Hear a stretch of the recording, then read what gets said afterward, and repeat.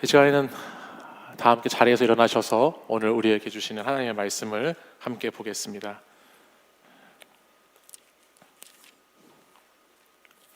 마가복음 4장 1절에서 9절까지의 하나님의 말씀을 저와 한 절씩 교독해서 읽도록 하겠습니다. 마가복음 4장 1절에서 9절 말씀입니다.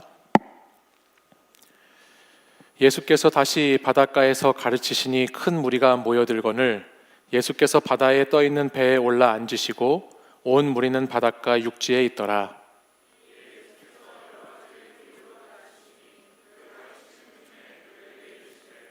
들으라, 씨를 뿌리는 자가 뿌리러 나가서 더러는 흙이 얕은 돌밭에 떨어짐에 흙이 깊지 아니하므로 곧 싹이 나오나 더러는 가시떨기에 떨어짐에 가시가 자라 기운을 막음으로 결실하지 못하였고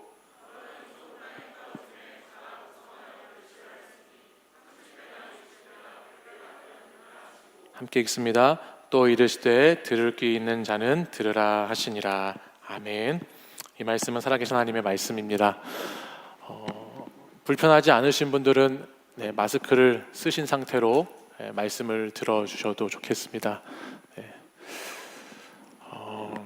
예수님께서 이 땅에 오셔서 복음을 선포하셨는데요, 그 복음의 핵심이 뭐냐면 하나님 나라에 대한 말씀이었습니다.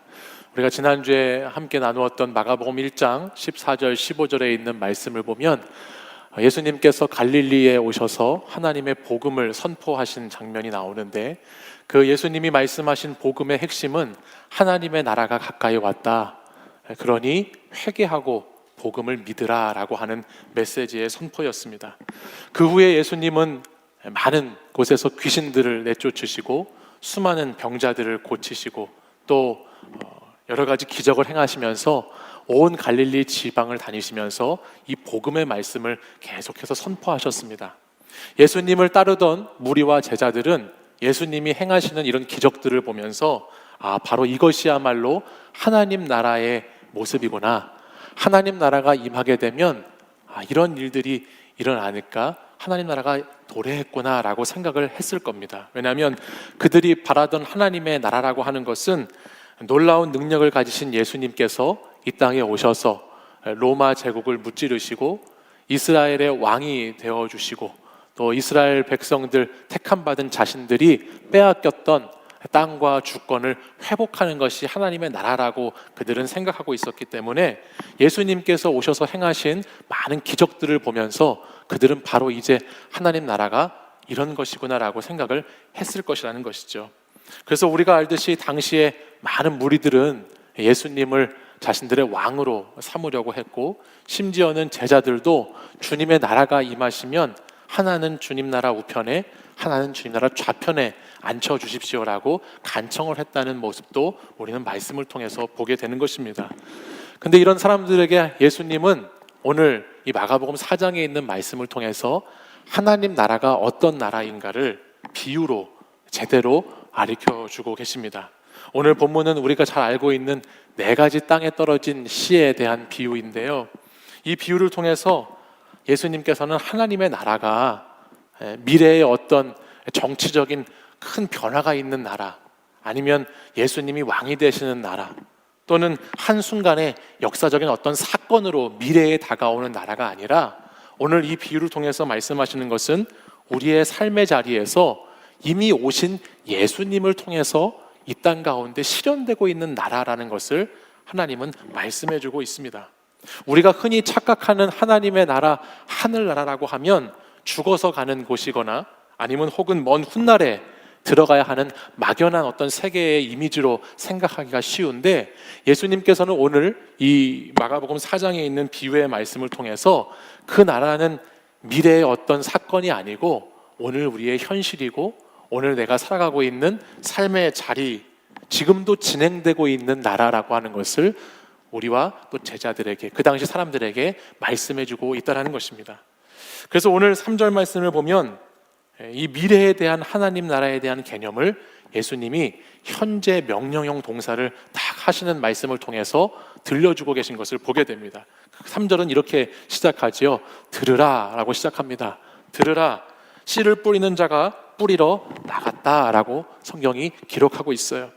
이 당시 사람들은 오늘 본문처럼 들으라라고 하는 말씀을 딱 접하게 되었을 때 가장 먼저 어떤 생각을 하게 되었을까요?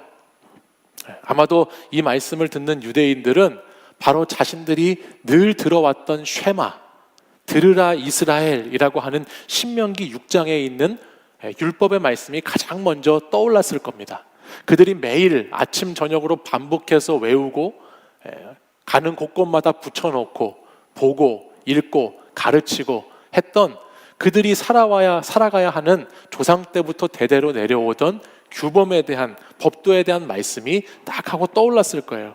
위대한 지도자인 모세로부터 내려왔던 바로 그 율법의 말씀, 이스라엘 사람들의 사고 방식과 의식과 삶의 양식을 정의하고 있는 그 쉐마라고 하는 말씀이 지금 예수님을 통해서 뭔가 다시 새롭게 들려지게 되는 것이구나라는 생각을 이 말씀을 시작하실 때 딱 생각하게 되었을 거라는 거예요.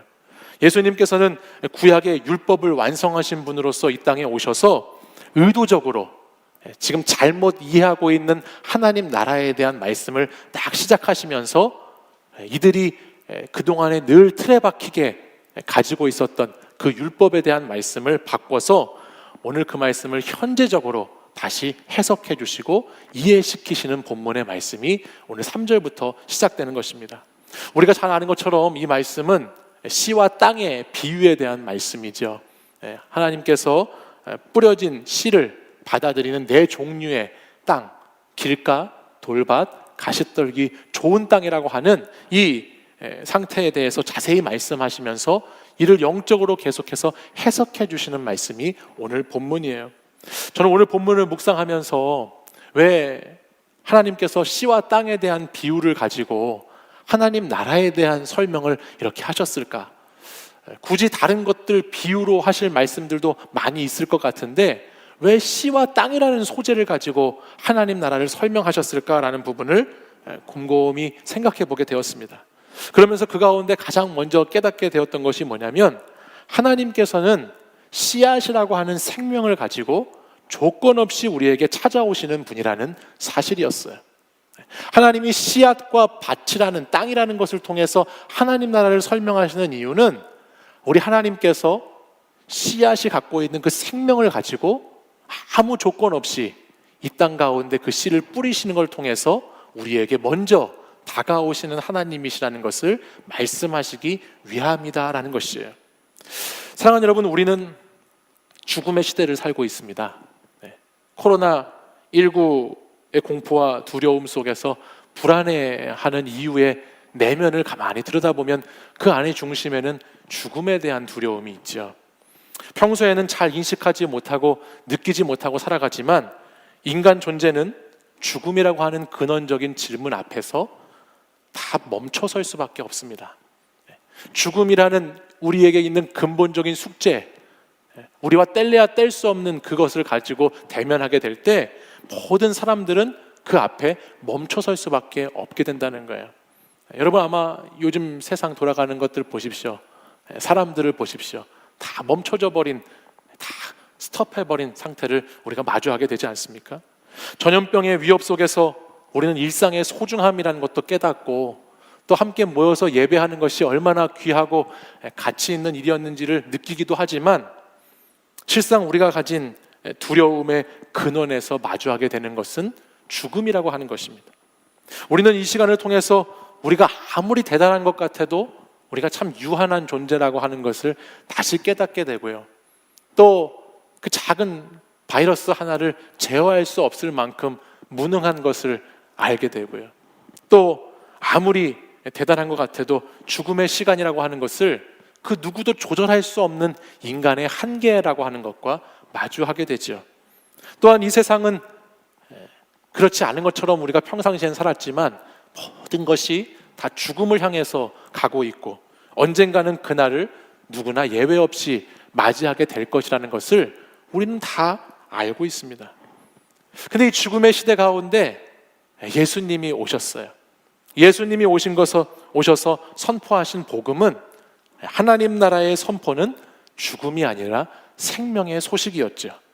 예수님이 오신 것이 우리 모든 사람들에게 기쁜 소식인 이유는 그 예수님이 오심을 통해서 그 안에는 생명이라고 하는 것이 담겨져 있기 때문입니다. 누구든지 회개하고 복음을 믿으면 영생을 믿는 자에게 주시겠다는 약속의 말씀이 우리에게 있지요. 요한복음 3장 16절에는 예수 그리스도를 믿는 자마다 멸망하지 않고 영생을 얻게 하려 하신다라고 말씀하셨어요. 바로 그 생명이 우리에게 찾아오신 것입니다. 마가복음 4장에 오늘 이 비유의 말씀을 보면 조금 이상한 것이 있어요. 그게 뭐냐면 씨가 땅에 뿌려지게 되는데요. 여러분 말씀을 이렇게 보셨잖아요. 땅에 뿌려지는데 정상적인 농부라고 하면, 아니 저라고 한다면은 제가 씨를 이렇게 뿌릴 때에 씨가 자랄 것 같은 좋은 땅에만 씨를 뿌릴 것 같습니다. 그리고 그 땅에 씨를 많이 뿌리고 많은 열매 거두기를 기대할 것 같아요. 근데 본문을 보면 열매를 맺지 못할 것 같은 땅에도 씨가 뿌려지는 것을 보게 되죠. 길가나 돌밭이나 가시떨기에도 그 씨앗이 뿌려지고 있는 말씀이 기록되고 있어요. 특정한 장소에 특정한 사람에게만 이 씨앗이 뿌려져야 하겠는데 하나님 나라에 대한 비유의 말씀에서는 그렇지 않더라는 것입니다. 이상하게도 하나님은 25%인 그 좋은 땅에만 집중해서 올인해서 그곳에서만 확률적으로 많은 수확을 거둘 것 같은 그 땅에만 씨를 뿌리시는 것이 아니고 열매를 맺지 못할 것 같은 나머지 75%의 땅에도 골고루 씨를 뿌리고 계시다는 것이지요. 씨앗이 모든 땅에 다 뿌려지고 있다는 말씀입니다. 저는 여기서 제 인간적인 생각을 잠시 내려놓고 하나님의 마음을 한번 생각해 보게 되었습니다.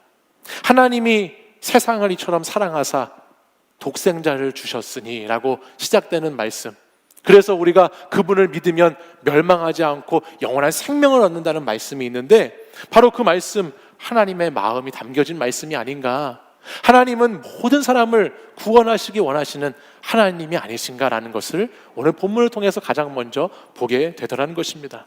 솔직히 이번 코로나19 사태를 겪으면서 우리가 가장 많이 접하게 되는 이야기 중에 하나가 신천지 이야기입니다. 신천지 이야기가 나올 때마다 저 또한 얼마나 답답하고 또 어떻게 저런 사람들이 있을 수 있는지 때로는 분노가 일기도 하고 또는 미운 마음도 들기도 했습니다. 저 사람들이 바이러스를 그 이단 사이비 단체를 통해서 급속히 퍼지게 되었기 때문에 참 많은 사람들에게 피해를 줄 뿐만 아니라 오늘 신천지의 피해는 세상 사람들에게만 있는 것이 아니라 특별히 우리 교회에도 엄청난 핍박과 박해가 가져오게 되는 문제를 가지게 되고 또 앞으로도 이것이 어떻게 이어질지 장담할 수 없는 상황 가운데 놓여진 현실을 보면서 참 마음이 무거웠어요. 하나님은 분명히 이 사건을 통해서 들춰낼 것을 들춰내시고 또 하나님이 개입하셔서 역사하시고 계시다는 것을 느낍니다. 거짓과 미혹으로 많은 사람들을 잘못된 길로 인도한 그런 지도자들을 반드시 하나님은 처벌하시고 엄중히 이 땅에서 뿌리 뽑으실 것임을 생각하게 되지요. 근데 한편으로는 또 어떤 생각이 들었냐면은 이 신천지에 빠져있는 안타까운 우리 형제 자매들, 우리 사람들을 생각하지 않을 수 없었다는 것입니다. 하나님은 이들에게도 오늘 마가복음 4장이 말씀하고 있는 것처럼 생명의 씨앗을 다 뿌려주셨을 텐데 하나님은 이들에게도 하나님의 생명이 심겨지기 원하시고 하나님은 이들에게도 지혜 없는 믿음으로 말미암아 어두움에 사로잡혀 있는 이 영혼들도 불쌍히 여기실 텐데 하는 마음이 들었어요. 그래서 이런 생각을 해봤습니다. 우리 가운데 혹시 신천지가 있다면 아니면 영상을 통해서 말씀을 듣는 분들 가운데 혹시 신천지에 소속되었던 분이 계시다면 회개하고 복음의 빛으로 오라는 초청을 하고 싶더라고요. 그래서 다시 하나님이 찾으시는 그 영혼들이, 하나님이 생명을 부여하시기 원하시는 그 불쌍한 영혼들이 다시 주님 앞으로 돌아와서 건강한 신앙생활을 할 수 있으면 좋겠다라는 마음을 가지고 지난 한 주간 그렇게 기도하는 시간을 보내게 되었어요. 우리가 묶여있는 영혼들을 위해서, 우리가 그 사슬같이 묶여있는 그 영혼들을 위해서 이 시간에 함께 기도하는 것도 참 필요한 것이구나라는 생각을 해보게 됩니다. 이 코로나19의 바이러스가 빨리 지나가기를 원하는 것처럼 우리가 그 영혼들을 위해서도 기도할 수 있는 저와 여러분이 되셨으면 좋겠습니다.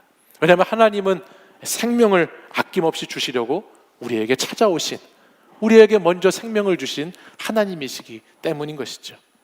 또한 오늘 본문을 통해서 느끼게 되는 것은 생명의 씨앗으로 조건 없이 오신 그 하나님의 말씀이 우리에게 씨앗으로 심겨지게 된다라는 것입니다. 하나님은 말씀으로 우리에게 오셨어요. 오늘 본문 이어지는 말씀 14절 말씀을 보면 그 14절 말씀에는 뿌리는 자가 말씀을 뿌리는 것이다 라고 성경은 기록합니다. 생명의 씨앗이 무엇이냐? 바로 말씀이라는 것이죠. 하나님이 말씀으로 우리에게 생명을 부여하신다라는 것입니다. 사랑하는 여러분, 말씀은 혼돈의 세계에, 공허한 현실에 질서와 방향을 잡아줍니다. 말씀은 우리를 혼란스럽게 하는 이 시대 가운데, 또한 우리에게 마음을 텅 비게 하고 우리를 무너뜨리는 이 삶의 자리 가운데에 말씀은 새로운 질서와 방향을 설정하게 인도해 주지요. 죽음과 같은 상황을 생명으로 바꿀 수 있는 것은 말씀의 능력에 있습니다. 히브리서 4장 14절은 하나님의 말씀은 살아있고 활력이 있다라고 말씀했어요. 하나님의 말씀은 생명력이 있고 운동력이 있는 것이다라고 성경은 우리에게 말씀해 줍니다. 믿음을 가지고 있는 사람들이 믿음을 가지지 못한 사람들과 가장 큰 다른 차이점이 무엇인가? 똑같이 죽음의 시대를 살아가지만 오늘 믿는 자와 믿지 않는 자의 가장 큰 차이가 무엇인가라고 한다면 그것은 바로 말씀의 씨앗이 심겨져 있는가 그렇지 않은가에 대한 차이입니다. 말씀이 심겨져 있는 사람은 똑같은 상황과 똑같은 환경과 똑같은 어려움 속에서도 하나님의 말씀이 우리 안에 생명을 주고 우리를 운동하게 하기 때문에 항상 기뻐하고 범사에 감사하라는 그 말씀을 따라서 살아가게 되는 것이죠. 그것도 말씀이 우리 가운데 예수 그리스도라고 하는 육신의 모습으로 나타난 것을 우리가 믿는 자가 된다면 우리는 그 말씀을 의지해서 생명과 하나님의 마음을 함께 담고 전달할 수 있는 그리스도인의 삶을 살아갈 수 있게 된다는 것이에요. 오늘 본문을 보면 말씀이라고 하는 단어, 여기에는 로고스라고 하는 단어가 쓰여졌는데 오늘 이 씨 뿌리는 자의 비유, 네 가지 땅에 떨어진 씨의 비유에 대한 해설이 14절부터 20절까지 쭉 그 해설이 등장하거든요. 오늘 우리가 읽진 않았지만 근데 그 말씀을 보면 이 로고스라고 하는 이 말씀이라고 하는 단어가 무려 9번이나 계속해서 반복돼서 나오는 것을 보게 돼요. 이 말씀을 통해서 하나님은 우리의 씨앗이 어떻게 자라는지를 잘 점검하고 우리가 하나님 나라를 살아가는 백성의 삶인데 이 백성의 삶이 지금 내가 어떤 상태인지를 점검하라고 오늘 그 말씀을 주고 계시다는 것입니다. 그것이 바로 네 가지 땅에 떨어진 씨의 비유죠. 여러분들도 잘 알고 있는 말씀일 거예요. 첫 번째 씨가 떨어진 땅이 어떤 땅이었지요? 길가였습니다. 길가. 여기에 길가라고 하는 것은 길 옆에라고 하는 뜻인데요. 원어문 성경을 보면 파라라고 하는 전치사를 쓰고 있어요. 파라라고 하는 헬라어 전치사는 옆에라고 하는 뜻이에요. 그러니까 이 말씀의 생명이 내 안에 심겨져야 하는데 심겨져 있지 못하고 옆에 있는 상태를 뜻하는 것이 길가라는 것입니다. 우리의 마음밭 가장자리에, 우리의 마음 그 밭에 심겨지지 못하고 가장자리에, 특별히 사람들이 많이 지나다니고 밟고 지나가서 딱딱하게 굳어져 버린 그런 길가와 같은 곳에 말씀이 머무는 상태를 나타내는 것이죠. 말씀이 길가와 같이 딱딱하고 굳어진 상황에 놓여져 있으니 그 말씀이 심겨질 리가 없고 그 말씀이 금세 새들이 와서 먹어버리는, 도둑질해가는 말씀으로 남아있을 뿐인 모습이 길가의 모습입니다. 그 다음 이어지는 두 번째는 돌밭의 모습이에요. 돌밭은 말씀의 씨앗이 위에 머물러 있습니다. 이 위에 머물러 있다는 것은 무슨 뜻이냐면 흙이 얇은 표면 위에 그냥 말씀이 얹혀져 있다라고 하는 뜻이에요. 여기에서는 예수님께서는 말씀이 육신이 되어 우리 가운데 거하고 싶으셔서 내려오셨는데 그 말씀이 육신이 되어 우리 안에 거하지 못하고 그냥 겉에 피상적으로 바깥 표면에 머무르는 말씀으로만 잠시 있는 것입니다.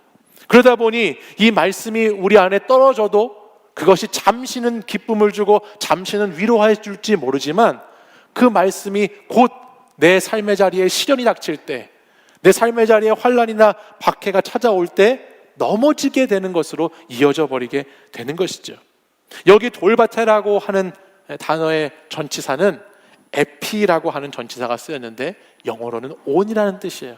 그러니까는 이 돌밭 위에 심겨지지 못하고 마음밭 깊숙이 말씀이 들어가지 못하고 그냥 마음밭 감정적인 그 상태에만, 때로는 우리의 이해의 영역에만 잠시 말씀이 머무는 모습을 보여주는 것입니다. 머리로 이해가 될 때는, 마음에 감동이 될 때는 하나님의 말씀이 나와 함께 하는 것 같지만 내 생각과 사고방식에 이해가 되지 않을 때, 또는 내 마음의 어떤 감정을 건드리지 못할 때 그 말씀이 살아있는 말씀으로 내게 역사하지 못하는 거예요. 그 다음에는 가시떨기라고 하는 땅이 있죠. 이 땅은 안에 심겨져 있는 씨앗이 내 마음밭 안에 심겨져 있는 상태입니다. 말씀이 심겨져 있기 때문에 믿음이라는 것이 자라긴 하지만, 그런데 오늘 본문 19절 말씀을 보면 믿음이 자라다가 막히는 경우가 발생해요. 그게 어떤 경우냐면 세상의 염려와 재물의 유혹과 기타 욕심이 들어와서 말씀을 막아내는 것입니다. 말씀이 마음밭에 깊이 심겨지고 거기서 일정한 시간이 지나서 그 말씀의 생명력이 작동하기 시작해야 되는데, 그럴 겨를이 없이 현실에 있는 염려의 가시가, 또 유혹의 가시가, 욕심의 가시가 계속해서 그 말씀이 자라려고 하면 찌르고, 자라려고 하면 찌르려고 해서 그 말씀이 자라지를 못하게 하는 것이죠. 여기에 가시떨기에 대한 말씀을 원어 성경으로 보다 보면 이 가시떨기가 말씀을 질식시킨다라고 표현할 수 있어요. 말씀이 계속해서 질식시켜 나가는 것입니다. 말씀이 자라려고 하면 이 세상에 대한 염려, 이 시대가 주는 시대 정신, 재물에 대한 유혹, 또 여러 가지 내 삶의 자리에 있는 욕망들이 내 말씀을 자라지 못하도록 계속 목을 조여 오르고, 그리고 질식시켜 나가는 모습이 바로 이런 모습이에요. 하나님의 생명의 말씀이 내 안에 깊숙이 심겨져야 하는데 그 말씀이 내 마음밭 옆에서, 내 마음 겉에서, 또 내 마음 속에 잠시 머무르는 상태, 이런 상태에 있으면 오늘 안 된다라고 하는 것을 하나님은 말씀에 주고 계신 것이지요. 그러면서 마지막으로 좋은 땅에 말씀이 내 안에 잘 심겨져서 말씀이 자라는 땅에 대한 설명을 마지막으로 하시는 것입니다. 이 땅은 누가복음 8장 15절 말씀을 보시면 8장 15절에 이렇게 기록하고 있어요. 좋은 땅에 있다는 것은 착하고 좋은 마음으로 말씀을 듣고 지키어 인내로 결실하는 자다라고 성경은 말씀합니다. 이 누가복음 말씀에 의하면 이 땅은 착하고 좋은 땅이래요. 단순히 여러분 착하다, 좋다라고 하는 것이 우리가 생각하는 개념이 아니라요, 여기서 말하는 착하고 좋다라고 하는 것은 날마다 영적인 태도를 가지고 있는 것을 뜻합니다. 날마다 영적인 태도를 가지고 모든 것을 생각하고 판단하는 것입니다. 영적인 분별력을 가지고 그 시대를 바라보는 것이고, 영적인 태도를 가지고 나의 삶의 자리를 대하는 것이죠. 불필요한 것들을 과감히 포기하고 내 삶에 필요 없다고 생각하는 것들을 과감히 내려놓으면서 내 지성과 감정과 의지를 다해서 그 말씀이 내 안에 깊이 자리 잡도록 힘쓰는 것이, 요즘 살다 보면 우리에게 가장 많이 들려오는 것이 카톡, 거짓 뉴스, 또 매스컴에서 주는 많은 내용들이 우리의 삶에 엄청나게 폭풍처럼 밀려옵니다. 그리고 세상은 그 내용들을 우리 안에, 우리 마음속에 심으려고 자꾸 애쓰는 세상 가운데 저와 여러분이 살아가고 있습니다. 그래서 거기에 자꾸 우리의 시선을 빼앗기고 거기에 우리의 주목을 빼앗기다 보면 우리는 나도 모르는 사이에 이 세상이 주는 것에 그대로 심겨져 버리게 됩니다. 세상이 주는 사고방식이 내 안에 심겨지고, 세상이 주는 생각들이 내 안에 심겨지고, 세상이 말하는 그 목소리가 내 안에 심겨지게 된다는 것이죠. 근데 오늘 이 좋은 땅, 착하고 좋은 마음이 된다라고 하는 것은 그것들을 영적인 태도로 분별해 나간다는 것을 말하는 거예요. 그리고 그 가운데에 필요 없는 것들, 쓸모없는 것들을 과감히 버리는 것을 이야기하는 것입니다. 그리고 근심 속에서 살아가야 될 것이 아니라 영원한 생명의 말씀을 나에게 심는 것을 통해서 근심을 벗어나서 그것이 잘 자랄 때까지 하나님의 말씀을 가지고 버티고 인내하면서 그 말씀이 나를 이끌어가도록 살아가게 하는 것이 바로 생명의 말씀이 심어진 사람들의 삶의 모습이다라고 성경은 말씀하고 있습니다. 우리는 이 시대, 어려운 시대를 살아가면서 이 말씀을 심는 좋은 밭이 되어야 할 줄 믿습니다. 우리의 마음밭이, 여러분의 마음밭이 오늘 길가일지 모르고 돌밭일지 모르고 가시떨기일지 모르지만 우리가 궁극적으로 향해야 하는 우리의 마음은 좋은 땅이어야 합니다. 좋은 땅에 하나님의 말씀이 뿌려졌을 때 그곳에는 성장이 있고 자람이 있습니다. 하나님의 말씀이 좋은 땅에 심겨지기만 하면, 내 안에 그 말씀이 들어오기만 하면 그곳에는 계속해서 싹이 나고 열매를 맺는 과정이 있다라고 하는 것입니다. 그러나 말씀이 오늘도 그 생명이 내 옆에만 있고 내 겉에 피상적으로 위에만 머무르고 그냥 잠시 있다가 머물다가 없어지는 말씀으로만 우리가 말씀을 받아들이면 그 말씀은 생명력이, 운동력이 없는 그냥 죽어지는 말씀이 되어버릴 뿐이라는 것을 꼭 기억하시는 여러분이 되셨으면 좋겠습니다. 지난주 한 청년과 만나서 대화를 나누면서 이런 얘기를 나누었습니다. 여러분이 아시는 것처럼 최근 한 몇 주 동안 예배에 나오지 못하는 청년들이 많이 있잖아요. 우리가 벌써 우리가 거의 한 반 넘게 있는 청년들이 지금 이 예배에 참석하지 못하고 있는데, 제가 걱정이 돼서 그 청년에게 물어봤어요. 우리 청년들, 나오지 못하는 청년들 잘 지내고 있겠지? 주일 나름대로 각자의 자리에서 예배를 잘 드리고 있겠지? 라고 했어요. 그랬더니 그 청년이 뭐 영상 예배 잘 드리고 있겠죠. 영상으로 예배하니까 영상으로 하겠죠. 그랬어요. 근데 제가 가만히 생각해 봤어요. 근데 영상으로 예배를 드리는데 왜 조회수가 별로 안 나올까? 제가 그래서 분명히 반 이상이 지금 안 나오고 있으면 조회수가 안 보는 사람들이 영상을 봐야 되는데, 지난주, 지지난주 오히려 제가 찾아봤어요. 궁금해서. 정말 예배에 안 나오고 있으면 영상으로라도 예배를 정말 하고 있을까? 정말 하나님 말씀과 찬양, 기도의 자리, 그 자리 나오진 못하지만 함께 예배자의 자리에 있을까? 아니, 근데 그렇지 못한 것 같더라고요. 그래서 막 마음속에 너무 불편한 거예요. 막 부담이 많이 되는 거예요. 그래가지고 제가 전도사님들한테 얘기했어요. 전도사님, 우리 같이 열심히 신방합시다. 열심히 전화도 신방하고 열심히 이럴 때일수록 함께 우리 청년들이 말씀으로부터 멀어지지 않도록, 예배로부터 떨어져 나가지 않도록 우리 같이 열심히 돕자고 제가 그런 얘기를 지난 주간에 했었는데요. 믿음은 여러분 그냥 생기는 것이 아닙니다. 믿음이라고 하는 것은 성경에 보면 믿음은 들음에서 난다라고 성경은 말씀했어요. 믿음은 들을 때에 생기는 것이죠. 저는 여러분들에게 오늘 이렇게 한번 부탁드리고 싶어요. 오늘 이 자리 여러분들 주위를 보시면, 또 여러분들 특별히 마을 목자나 목자분들, 여러분 목장과 마을에서 최근 2주, 3주 동안 함께 예배드리지 못하는 청년들이 있을 것 같아요.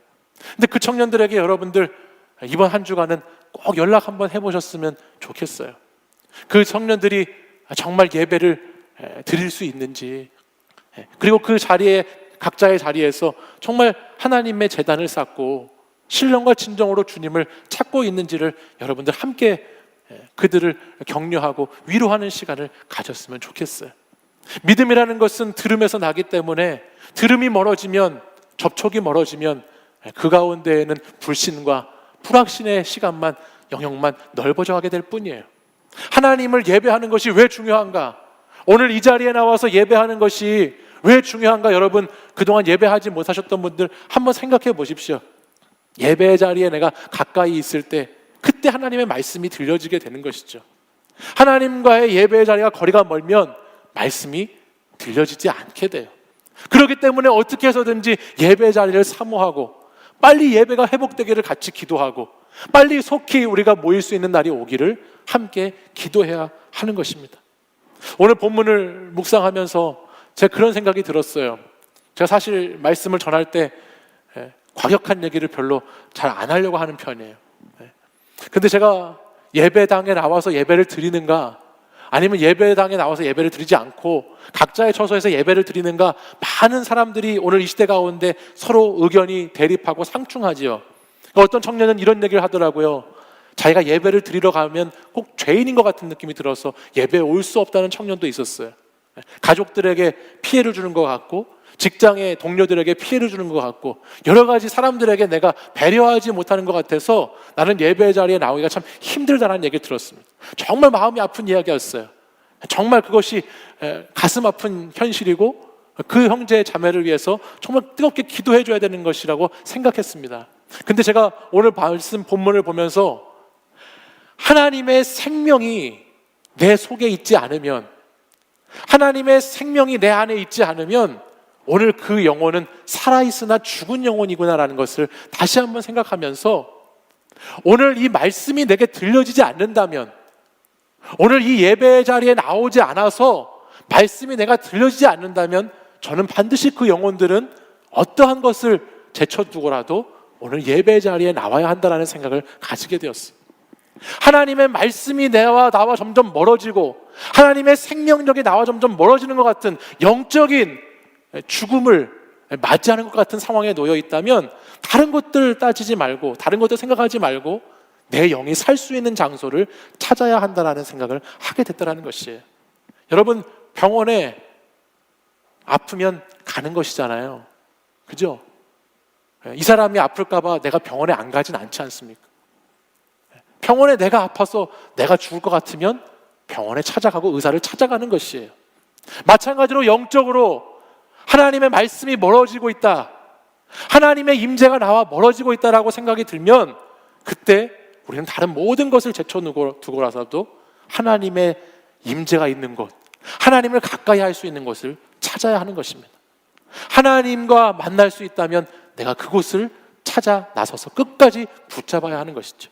왜냐하면 말씀이 내 옆에 있고, 말씀이 내 위에 있는 사람, 말씀이 잠시 속에 머무르는 사람에게는 영원한 생명이 주어지지 않기 때문입니다. 오늘 본문의 말씀을 보면 많은 사람들이 이 말씀을 접근할 때 나는 어떤 밭일까라는 생각을 합니다. 그래서 때로는 나는 길가와 같은 밭일 때가 있어. 나는 때로는 돌밭같이 말씀을 들었을 때 잠시 좋았지만 금방 넘어져 버려. 때로는 나는 말씀을 잠깐 심고 믿음이 있는 것 같은데, 어떤 때 보면 세상에 너무 염려할 게 많고, 물질에 대한 걱정도 많고, 또 여러 가지 욕심도 많아서 말씀이 자라지 못하는 가시떨기 같아라고 생각하기도 합니다. 또 가끔은 내가 좋은 땅이라고 생각하는 사람도 있을 수 있죠. 근데 여러분, 그 말씀이 내 안에 생명으로 살아있다라고 하는 것은 무엇으로 알게 되느냐? 그 말씀이 맺는 삶의 열매로만 알게 되는 것이에요. 오늘 내 삶의 자리에서 이 말씀이 어떠한 말씀인가, 내가 오늘 하나님 나라를 살아가고 있는 사람인가, 아니면 죽은 사람인가라고 하는 것은 내 삶의 자리에서 어떤 열매를 맺고 있는가에 대해서 우리가 깨달을 때 알 수 있는 것입니다. 바라기는 여러분들이 오늘 이 말씀을 함께 묵상하고 함께 나누었는데, 이 말씀을 통해서 여러분은 지금 살아있는 그리스도인인지 죽어있는 그리스도인인지를 꼭 점검해 보시기를 바랍니다. 이것이 단순히 교회에 나와 있고 안 나와 있고를 떠나서 내가 하나님의 말씀과의 거리가, 내가 하나님과의 거리가 지금 어디에 놓여 있는지를 오늘 본문을 통해서 곰곰이 생각해 보십시오. 길가에 널브러져 있는 것인지, 그냥 단순히 겉핥기로 얇은 흙 위에 잠깐 쌓여 있는 것인지, 아니면 말씀이 심겨졌지만 자꾸 막히고 있는 것인지, 좋은 땅에서 하나님의 말씀을 착하고 좋은 땅에서 내가 영적인 태도를 가지고 날마다 분별하면서 그 말씀의 삶을 살고 있는지를 꼭 생각해 보시는 복된 주일이 되시기를 소망합니다.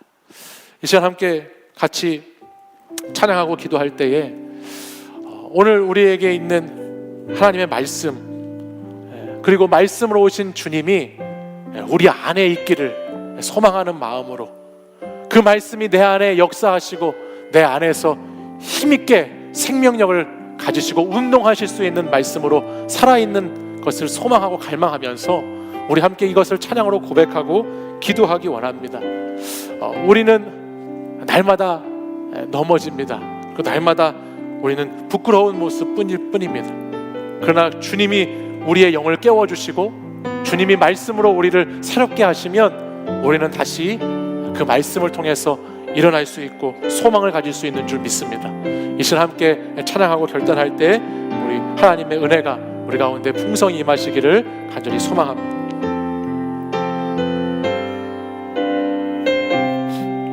언제나 내 모습,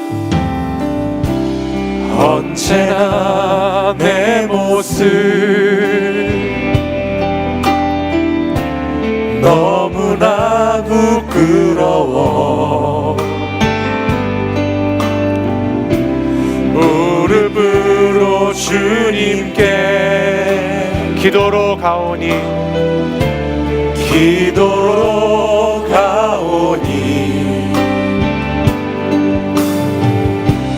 나 홀로 서 있는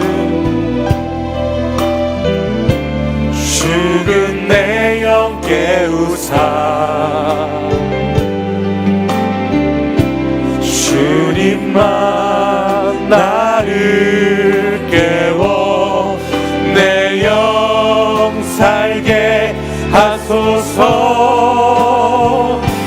주님 내 안에 주님 내 안에 내 안에 계시고 주님 내 안에 주님 내 안에 나를 세워주소서. 언제나 내 모습 언제나 내 모습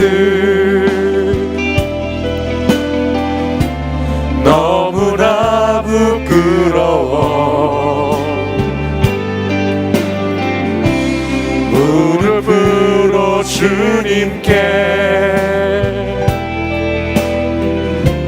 기도로 가오니 나 홀로 서 있는 나 홀로 서 있는 죽은 내 영 깨우사 죽은 내 영 깨우사 주님만 나를 깨워 내 영 살게 하소서. 주님 내 안에 주님 내 안에 주님 내 안에 내 안에 계시고 주님 내 안에 주님 내 안에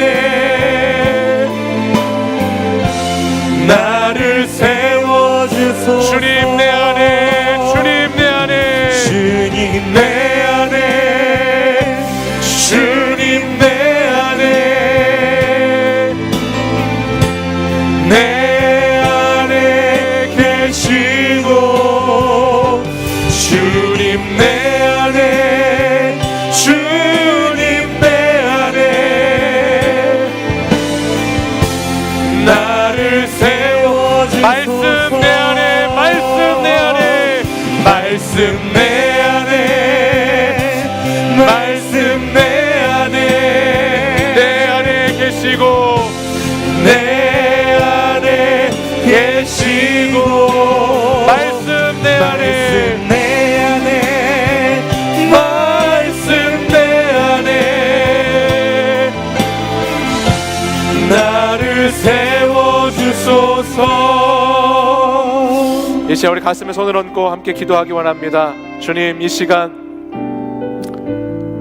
하나님께서 생명의 씨앗으로 우리에게 찾아오신 그 말씀을 내 안에 다시 심고 그 말씀을 좋은 땅으로 심어서 그 말씀이 잘 자라 인내로 결실을 맛보는 하나님의 사람이 되기를 간절히 소망합니다.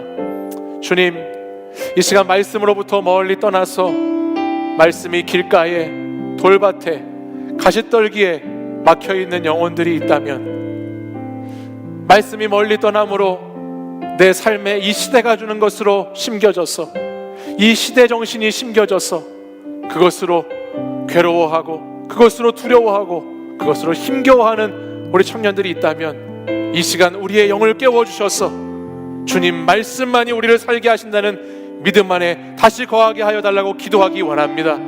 주님이 내 안에, 말씀이 내 안에 계실 때에 주님이 우리를 다시 세우시고 회복하실 줄을 믿고, 또 이 땅 가운데 하나님의 말씀이 하나님 안에 심겨져서 그 심겨진 말씀이 우리를 새롭게 회복하게 해달라고, 이 시간 우리 안에 말씀이 잘 심겨져 그 말씀 결실하고 열매 맺는 그리스도인으로 살아가게 해달라고, 우리를 고치시고 건지시실 그 말씀을 의지하며 살게 해달라고, 이제 우리 주여 3번 부르짖고 간절히 함께 한번 기도하겠습니다. 주여, 주여, 주여. 아버지 하나님, 오늘도 하나님께서 우리의 말씀에 아버지 하나님 은혜 가운데 거하게 하시고 오늘도 주님 말씀을 붙잡을 수 있도록 인도해 주시니 감사를 드립니다. 하나님의 생명의 씨앗이 아버지 하나님 우리에게 말씀으로 찾아오셨습니다. 예수 그리스도의 말씀이 우리 안에 잘 심겨져서 하나님 아버지 흔들리지 않는 신앙으로, 믿음으로 그 말씀을 인내함으로 잘 결실할 수 있기를 기대합니다. 주여 아버지 하나님, 말씀이 내 삶의 자리에 아버지 하나님 뿌리 깊이 내릴 수 있도록 인도하여 주시옵소서. 하나님 말씀 우리에게 충만히 임하여 그 말씀의 능력으로 살아갈 수 있도록 인도해 주시고, 오늘도 우리를 살리시고 우리를 새롭게 하신 그 말씀의 영을 의지하여서 하나님 아버지 앞에 나아갈 수 있도록 주님 인도해 주시옵소서. 아버지 하나님, 우리 사랑하는 청년들 아버지 하나님과의 말씀에 아버지 하나님 거리가 아버지 하나님 주님, 오늘 이 시간 우리가 간구하는 것은 하나님 아버지 우리 안에 그리스도의 말씀, 하나님의 나라의 회복과 하나님의 나라의 삶을 살아가기를 간절히 소망합니다. 주님 인도해 주시옵소서. 아버지 하나님, 우리가 하지만 하나님 우리가 그 말씀에 가까이 할 때 아버지 하나님 수 있도록 인도하여 주옵소서. 아버지 우리가 그 말씀을 붙들린 바대와 살아가게 하여 주옵소서. 아버지 도와주시오. 주여 아버지 주님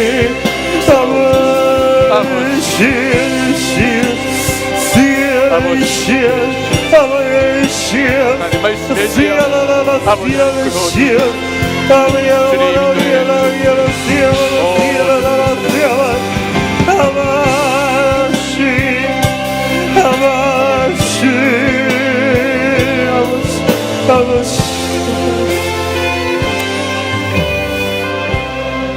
우리 이 시간 한 번 더 기도하기 원하는 것은, 오늘 이 시간 이 땅 가운데 코로나19로 고통받고 있는 많은 사람들을 위해서 같이 함께 합심하며 중보하며 기도하기 원합니다.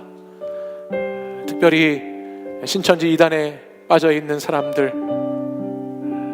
그 신천지 이단이 40만 명이 된다라고 하는데 우리 주변에 있는 가족들, 친구들, 또 이웃들 가운데 신천지의 거짓과 미혹에 빠져 있는 영혼들이 있다면 오늘 그들에게도 뿌려진 이 말씀의 씨앗이 다시 하나님의 은혜로 잘 심겨져서 그들이 지혜의 믿음을 가지고 하나님 말씀을 잘 분별하여 건강한 신앙의 생활을 할 수 있도록 다시 주님 품으로 돌아올 수 있도록 기도해 주시고, 또 이 땅 가운데 속히 이 바이러스의 공포와 위협의 시간들이 잘 지나가서 이것 때문에 고통받고 힘들어하는 많은 사람들이 다시 새로운 삶의 자리를, 일상을 가질 수 있도록 같이 합심해서 기도해 주시기를 원합니다.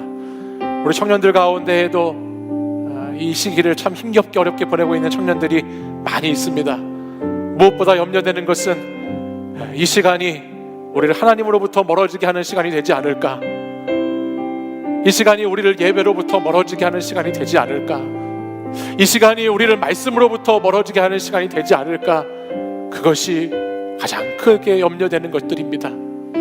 이 시간 사랑하는 우리 청년들, 말씀을 떠나지 않고 하나님 말씀을 자신의 중심의 삶에 모셔서 다시 가까이 하는 청년들로 살아갈 수 있도록 기도해 주십시오. 예배를 사모하고 신령과 진정으로 주님 앞에 예배하는 사람들로 나아갈 수 있도록 기도해 주십시오. 하나님과의 거리가 멀어지지 않고 영적으로 죽은 자들이 되지 않고 하나님 생명으로 살아갈 수 있는, 복음의 생명으로 살아갈 수 있는 자들이 되도록 다시 한번 우리가 합심해서 기도하기 원합니다. 이 시간 우리 주여 세 번 부르짖고 다시 한번 우리 이 땅의 코로나 바이러스의 위협 가운데에 고통받고 있는 이웃들과 우리 청년들을 위해서 기도하겠습니다. 주여, 주여, 주여. 아버지 하나님, 오늘 이 시간 기도하기 원하는 것은 아버지 하나님, 우리 사랑하는 아버지 하나님이 어려운 시기 가운데 하나님 이들의 말씀을 떠나고 예배를 떠나고 하나님을 떠나 아버지 하나님 세상 예주님 아버지 하나님 그것을 가운데 아버지 그것을 그냥 안주하고 그것을 위축된 대로 살아가지 않을 수 있도록 하나님 해주시기를 원합니다. 아버지 하나님 사랑하는 시간들이 하나님 말씀의 중심으로 다시 돌아올 수 있도록 인도해 주시고 아버지 이들의 주의 말씀을 지킬 수 있도록 인도해 주시기를 원합니다. 또한 아버지 하나님 전 이단에 빠져있는 사람들 아버지 하나님에게 공의와 정의 하나님께서 그들을 심판하시고 그들을 새롭게 하시고 또한 아버지 하나님 연합한 죄들 하나님께서 아버지 하나님 주의 지혜로 돌아올 수 있도록 인도해 주시기를 원합니다.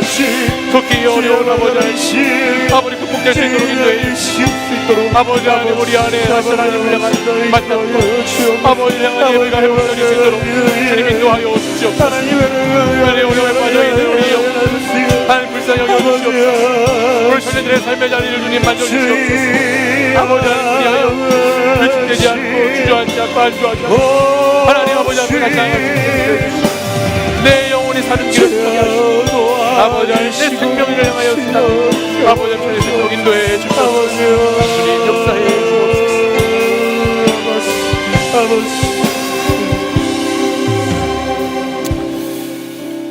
사랑이 많으신 하나님 아버지 감사합니다. 오늘도 하나님께서 우리에게 복음의 말씀을 들려주시고 예수 그리스도가 우리에게 생명이 된다는 것을 다시금 깨닫게 하시니 감사를 드립니다. 그리스도가 내 안에 있으면 살아있는 자이지만 그리스도의 생명이 내 안에 없으면 육신은 살았지만 영혼이 죽은 자일 뿐임을 기억하게 하시고 오늘도 예수 그리스도의 생명으로 그리스도의 보혈로 살아가는 하나님의 복된 청년들이 될 수 있도록 인도하여 주시옵소서. 주님 어려운 시기를 보내고 있습니다. 이 시기를 보내며 하나님 말씀을 내 안에 더 깊이 새길 수 있는 시간이 될 수 있도록 하나님 인도하여 주시옵소서. 말씀을 길가나 돌밭이나 가시떨기에 두지 않도록 하나님 인도하셔서 오늘도 우리 사랑하는 청년들이 하나님 말씀에 붙잡힌 삶을 살게 하시고 주님을 예배하는 자들이 되게 하시고 하나님과 가까이 교제하며 주님과의 사귐을 놓지 않는 자들이 될 수 있도록 주님 용기를 더하여 주시고 믿음을 더하여 주시옵소서. 이 시대 가운데 하나님 코로나19 바이러스로 여러 가지 어려움을 겪고 있는 우리의 가족들, 이웃들이 있습니다. 하나님 특별히 이 땅 가운데 그 바이러스가 하나님 더 이상 퍼지지 않도록 주님께서 붙잡아 주시고 또 하나님 속히 이것이 종식될 수 있도록 주님께서 인도해 주시고 무엇보다 하나님 이 일을 통해서 주님이 하고 계시는 그 일들을 우리가 깨닫고 특별히 신천지 이단 사이비 집단이 이 일을 통해서 해체되고 그곳에 묶여있던 많은 사랑하는 영혼들 하나님 나라의 백성들이 주의 복음의 빛으로 돌아올 수 있도록 인도해 주시옵소서. 또한 우리가 함께 합심하여 기도할 때에 아버지 하나님 여러 가지 어려움을 겪고 있는 우리 청년들 하나님께서 붙들어 주시고 이들의 삶의 자리에 하나님의 말씀을 인내함으로 잘 심어서 잘 버티고 잘 견뎌서 그 말씀이 삶의 열매로 나타나는 것을 경험할 수 있도록 주님 붙들어 주시고 인도하여 주시옵소서. 주의 은혜가 돌아오는 한 주간에도 우리 사랑하는 청년들과 성도들에게 함께 하기를 원하고 주님의 생명이 오늘도 우리와 함께 하시기를 간절히 소망합니다. 주님 인도하여 주시옵소서. 우리 주 예수 그리스도의 은혜와 하나님 아버지의 사랑과 성령의 교통하심이 오늘도 말씀이 내 안에 주님이 내 안에, 생명이 내 안에 계심으로 두려워 떨지 않고 불안해하지 않고 예수 그리스도를 믿는 자로서의 삶을 담대하게 살아가기를 원하는 이 시간 이곳에 모여 예배드린 사랑하는 청년들과 또 영상을 통해서 예배드리는 하나님의 사람들 위해 이제부터 영원까지 항상 함께 하시기를 간절히 축원하옵나이다. 아멘.